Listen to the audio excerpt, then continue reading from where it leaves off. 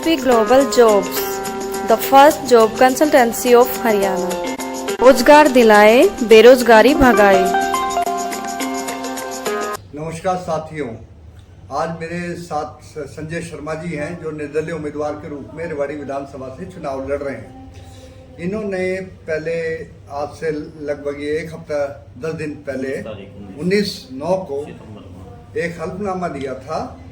वो दिया था कि यदि मैं जो उम्मीदवार के रूप में चुनाव लड़ रहा हूँ, अगर मैं ये हल्फनामा में इन्होंने ये जिक्र किया था, अगर मैं अपने वादे पे खरा नहीं पाया जाऊँ तो मेरे खिलाफ कानूनी कार्रवाई होनी चाहिए। ये अब इसी विषय को लेकर हम संजय जी से बात करें। संजय जी, ये हल्फनामा आपने क्या सोच के दिया था? ये हल्फनामा देने का मकसद यही था कि जो चाहे पार्टियों के प्रत्याशी हो चाहे निर्दलीय के प्रत्याशी हो, वो लोग लुभावने वायदे कर देते, झूठे वायदे करके के वोटर को लुभा लेते थे और वोट लेकर के उनका ना कोई फायदा होता था और अपने आप को ठगा महसूस करते थे।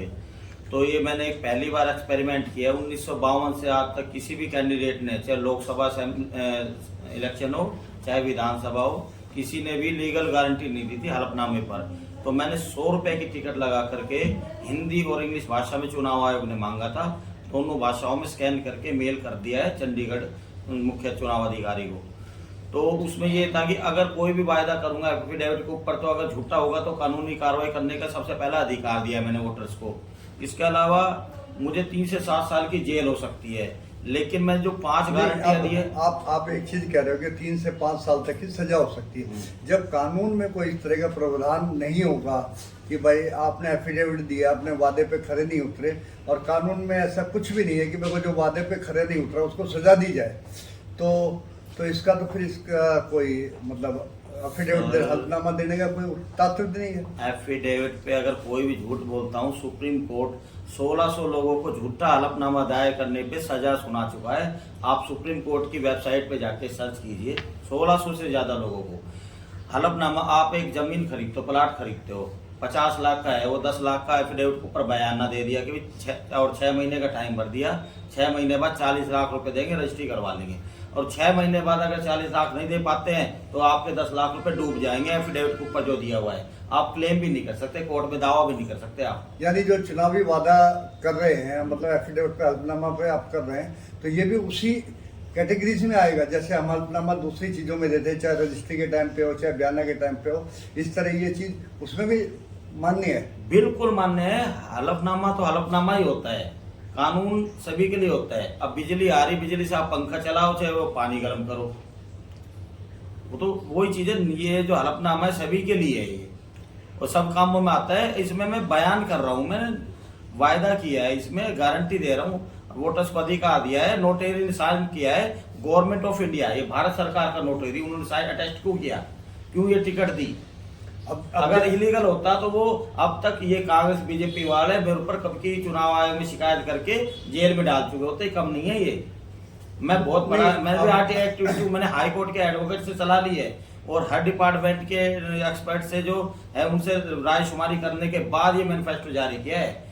इन्होंने चिरंजीव राव ने भी जारी कर दिया। मैं चिरंजीव राव की बात करता हूँ। अब जो घोषणाएं करते हैं वो कांग्रेस के उम्मीदवार करते हैं। हालांकि वो जो घोषणा पत्र जो जारी होता है वो क्या नाम है, कांग्रेस या भारतीय जनता पार्टी या नेशनल पार्टी की तरफ से होता है।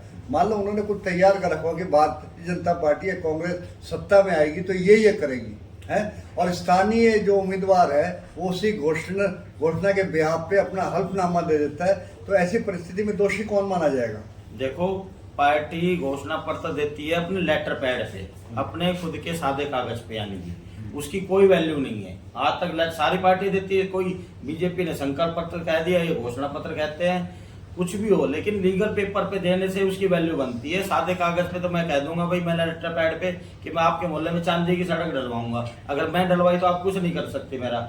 अगर एफिडेविट के ऊपर दे दिया तो मेरे को 3 साल से 7 साल तक की सजा है, कानून बना हुआ है। हलफनामे हाई कोर्ट सुप्रीम कोर्ट कहता नहीं है कोई भी केस हो जाता है हलफनामा दायर करो, हलफनामे पे तो बयान दो, तो यही तो कानून, यही तो प्रक्रिया है। एक मैंने पहल की है। अब आज चिरंजीव राव रेवाड़ी विधानसभा की निर्दलीय ना वो कांग्रेस के प्रत्याशी है, उन्होंने 14 चुनावी वायदे किए हैं। इनमें कहीं पे मेरा इनमें 8वां चुनावी वायदा है मैं शपथ लेता हूँ कि हाई रेजिमेंट बनवाने के लिए हरियाणा विधानसभा में प्रस्ताव लेकर आऊंगा।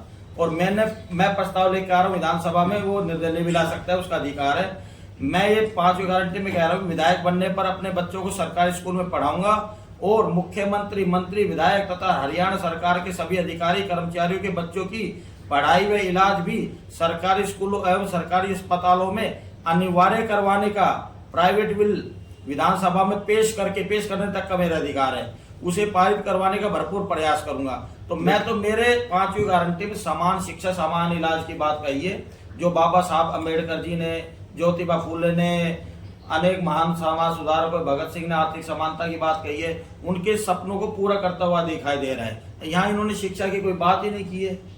तो इनका इरादा इससे जाहिर होगा कि इनका इरादा समान शिक्षा, इनके बच्चे तो विदेशों में पढ़ेंगे, गरीब बच्चों को दोयम दर्जे की शिक्षा। मतलब उन्होंने पर्सनली कुछ ऐसा अलफनामा नहीं दिया कि उनके बच्चे भी सरकारी स्कूल में पढ़े। अपना तो जिक्र ही नहीं किया इन्होंने अपना जिक्र नहीं किया।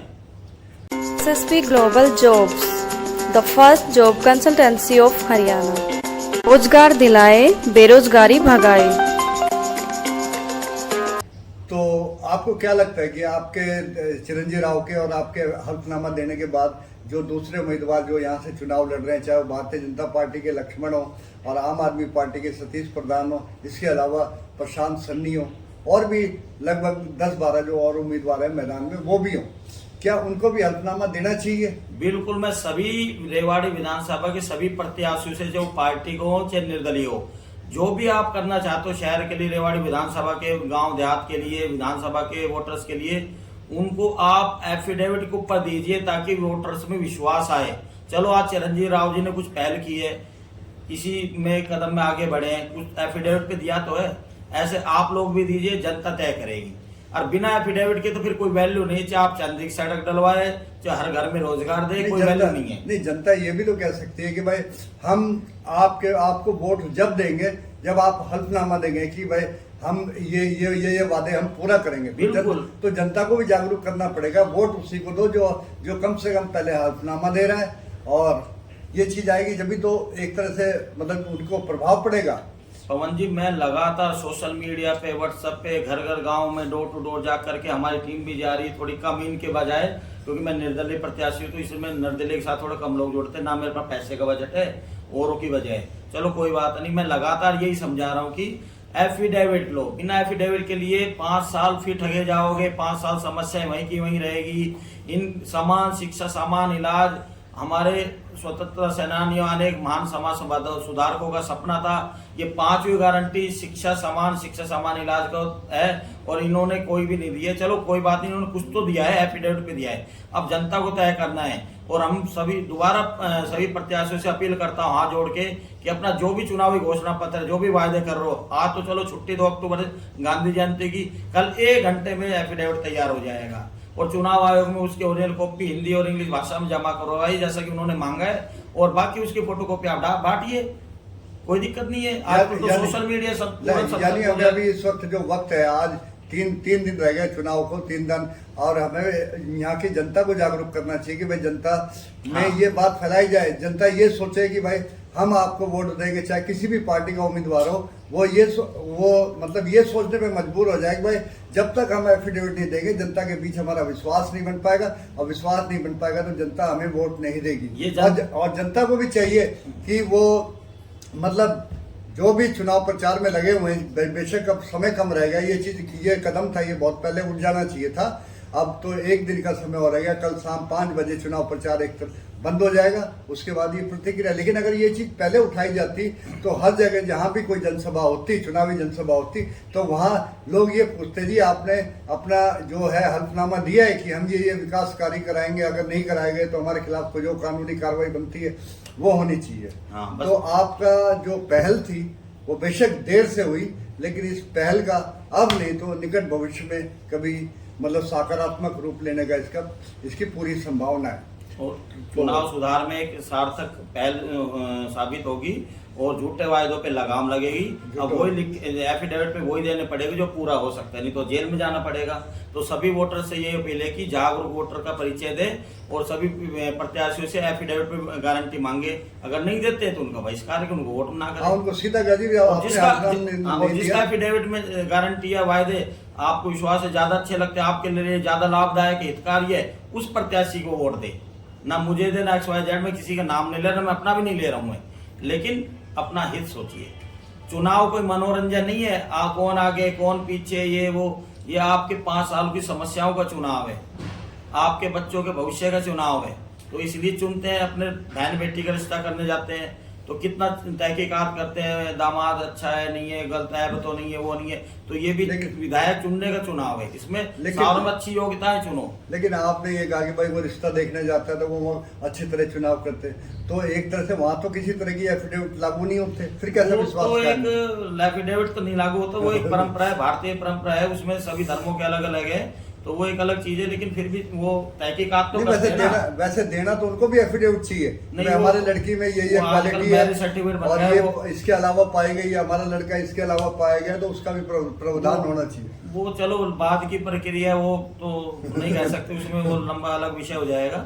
लेकिन बस ये है कि एफिडेविट की पहल होनी चाहिए, बाकी प्रत्याशियों को नहीं। तो मैं तो जनता से ये अपील करता हूँ, उनका बहिष्कार कीजिए, चाहे किसी पार्टी का प्रत्याशी हो चाहे की हो। चलो चिरंजीवी राव जी ने कुछ पहल तो की है, अब जनता तय करेगी चिरंजीवी राव जी का मैनिफेस्टो चुनावी वायदे ज्यादा असरदार है या मेरे चुनावी वायदे असरदार है, ये आपको तय करना है। धन्यवाद। जय हिंद, जय भारत। कार्यक्रम में आने के लिए आपका हार्दिक धन्यवाद।